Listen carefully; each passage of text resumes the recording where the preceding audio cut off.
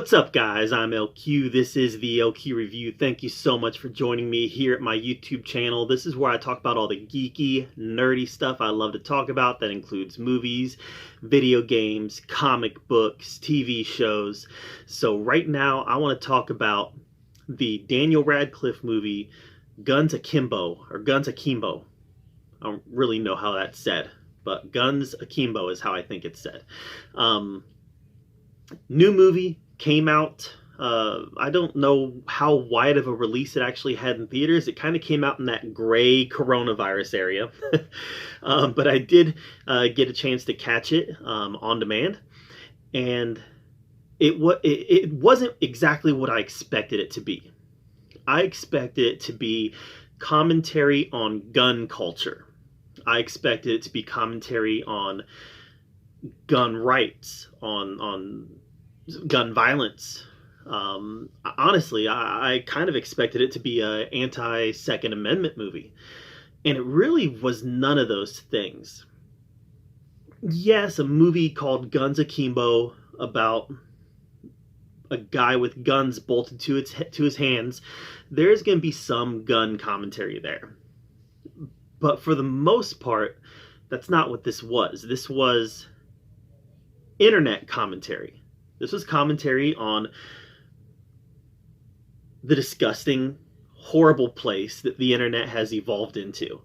And so let's just kind of get into it. So Daniel Radcliffe stars in the movie as Miles, and he is an internet troll. and one evening he trolls the wrong person, and that person comes knocking on his door.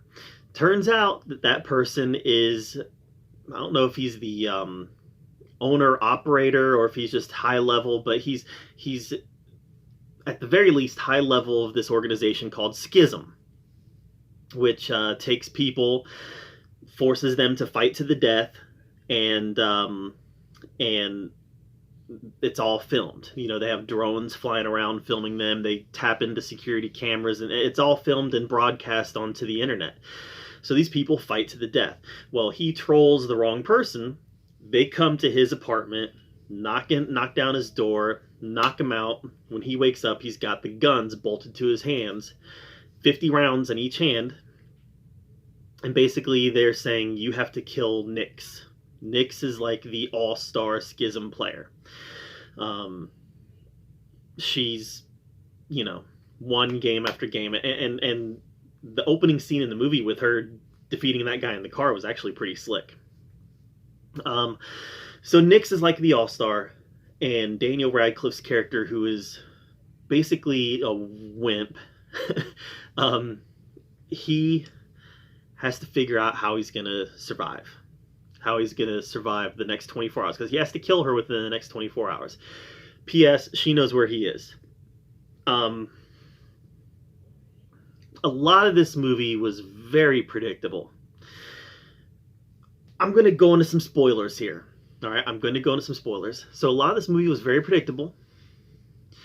I predicted early on that Miles and Nix were going to team up to take out Schism. I predicted that very early on, and there was a very, very short window in the middle of the movie where I thought I might have been wrong. Turns out I wasn't, because they do team up to take out Schism. And some of the team up was very satisfying, and some of it left me wanting more. I won't go into exactly what happens to Nix, but that whole team up and the outcome of that team up really left me wanting more. I was disappointed because I wanted more to come from that relationship, if you can call it a relationship. So the narrative was very predictable in a lot of ways. In fact, I'd say it was very much, as far as the plot goes, it was kind of a by-the-numbers action movie of this kind. Like, I would compare it to, like, Death Race. Different, but similar. but it was rather by the numbers. The action sequences were very good. I really enjoyed the action sequences. The gunplay was very good. But like I said, the commentary that we're dealing with here was not gun commentary, and I really expected it to be. It was internet commentary and the gaming commentary. Gamer, a movie with Gerard Butler. There were some similarities to that movie as well. So this was very much commentary on internet culture and gaming culture. You know, there were times when Daniel Radcliffe killed his first person, he thought to himself, you know, he's not going to respawn. He's not going to use an extra life. He's dead. And the fact that they said it out loud supports that notion that this was commentary on that culture, the disconnected, the anonymity that gaming and the internet can give us, excuse me, can make us disconnected from reality. And that was really, in my opinion, that's really what they were exploring here, was this idea that the anonymity of gaming and the anonymity of social media allows us to be people that we aren't, and actually in some ways causes us to be people that we aren't. On that end, I really enjoyed this movie because it had some context and it had some content, it had some depth. As a movie, the narrative was, like I said, it was very paint by numbers, and parts of it was actually rather weak as a narrative. But when you look at the context and what the narrative is being placed in, there was a lot there to really grab a hold of. And like I said, the action sequences were well done. The gunplay was well done. There was a lot of gore in this movie. As far as action movies go anyway, there was a lot of gore. Not all of it was super realistic. You know, some of it was kind of hyper realistic. And that kind of, in my opinion, goes along with the whole idea of exploring gaming culture. Was even in this movie that we were watching, which is fiction, supposed to be deconstructing that reality that we're all used to, there was a heightened sense of violence in this that at times wasn't really all that realistic. So there was a lot of layers to this. I don't think it's the best made movie. I don't think it's the best movie of this sort, like when I talk about Gamer, when I talk about Death Race, when I talk about those types of movies, I don't think this is the best example of those kinds of movies.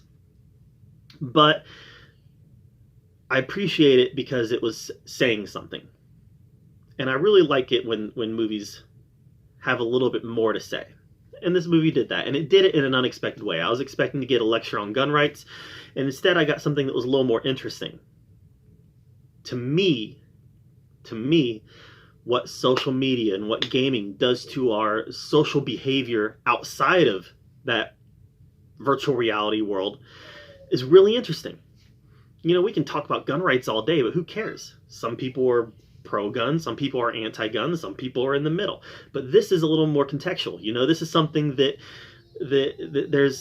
it's kind of newer ground. Social media is still this relatively new thing. Gaming, the way people game today, is still a relatively new thing. So it's a relatively new thing for people to talk about and understand how it affects our relationships in the real world. So on that end, I really enjoyed it. So I don't know. I'm going to give Guns Akimbo a B+. I really like Daniel Radcliffe's performance. And overall, it was a good movie. So, like I said, I give it a B+. What are your thoughts on Guns Akimbo? Let me know in the comments down below. Make sure you subscribe to my channel. And as always, thank you for being here at the OK Review, where we talk about all the geeky, nerdy stuff we love to talk about. And until next time, we'll see you later.